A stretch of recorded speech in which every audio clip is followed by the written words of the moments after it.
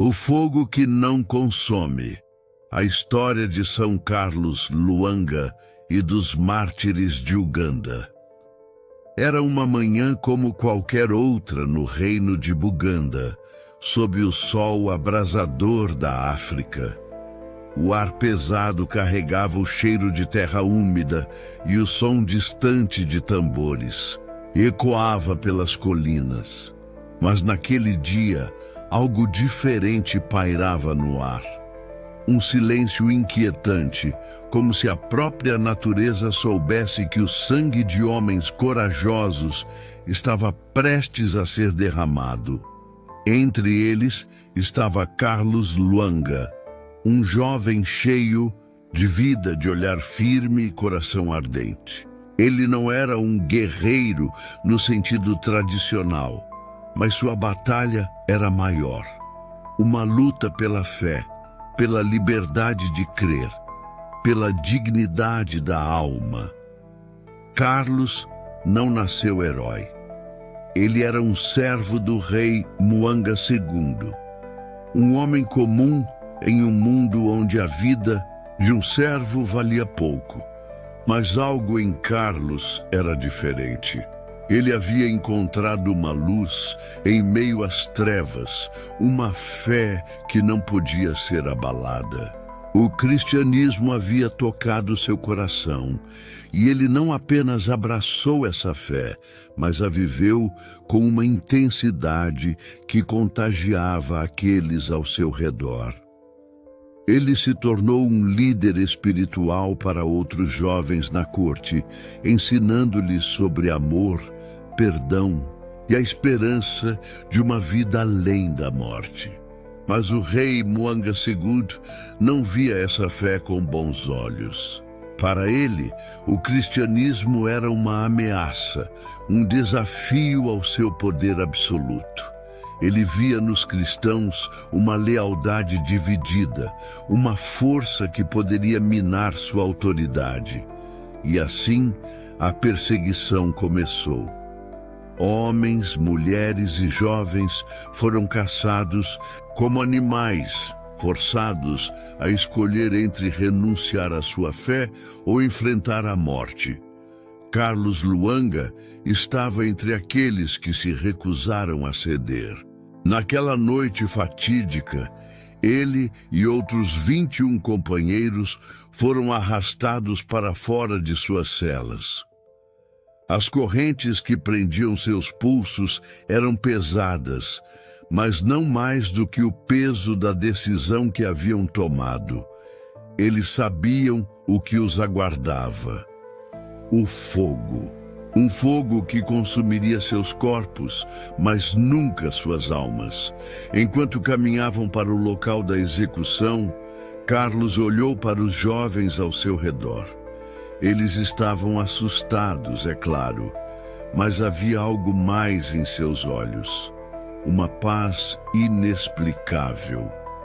Ele lhes sussurrou palavras de encorajamento, lembrando-lhes da promessa de vida eterna. Não tenham medo, ele disse. O fogo que nos espera é passageiro, mas a glória que nos aguarda é eterna.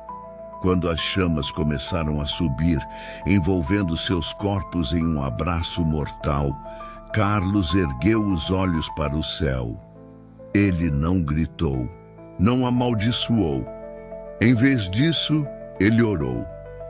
Suas palavras ecoaram no ar quente, misturando-se ao crepitar das chamas.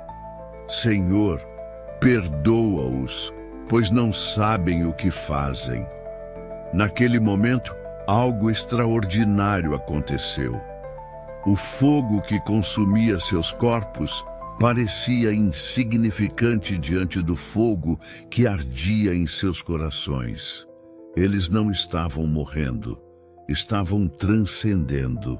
Cada labareda era um testemunho silencioso de uma fé que não podia ser destruída, de um amor que não podia ser vencido.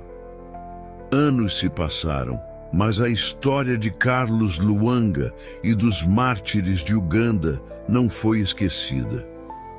Em 18 de outubro de 1964, o Papa Paulo VI canonizou Carlos Luanga e seus companheiros, elevando-os à condição de santos da Igreja Católica.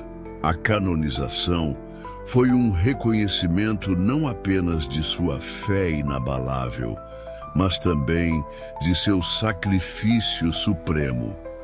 Eles foram declarados santos não porque morreram, mas porque escolheram viver e morrer por algo maior do que si mesmos. Sua canonização foi um chamado ao mundo para lembrar que a verdadeira grandeza não está no poder, mas na capacidade de amar, mesmo quando o custo é a própria vida. Hoje, a história de Carlos Luanga e dos mártires de Uganda ainda ecoa. Todos os anos, em 3 de junho, a Igreja Católica celebra o dia de São Carlos Luanga e dos mártires de Uganda.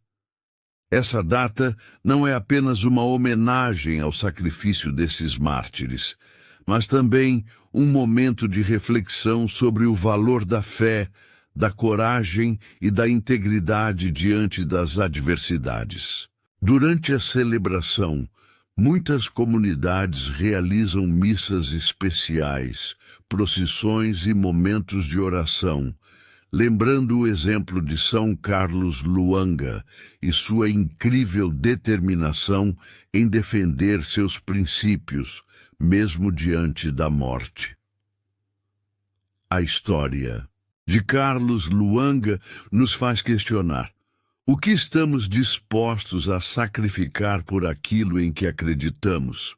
Qual é o fogo que estamos dispostos a enfrentar?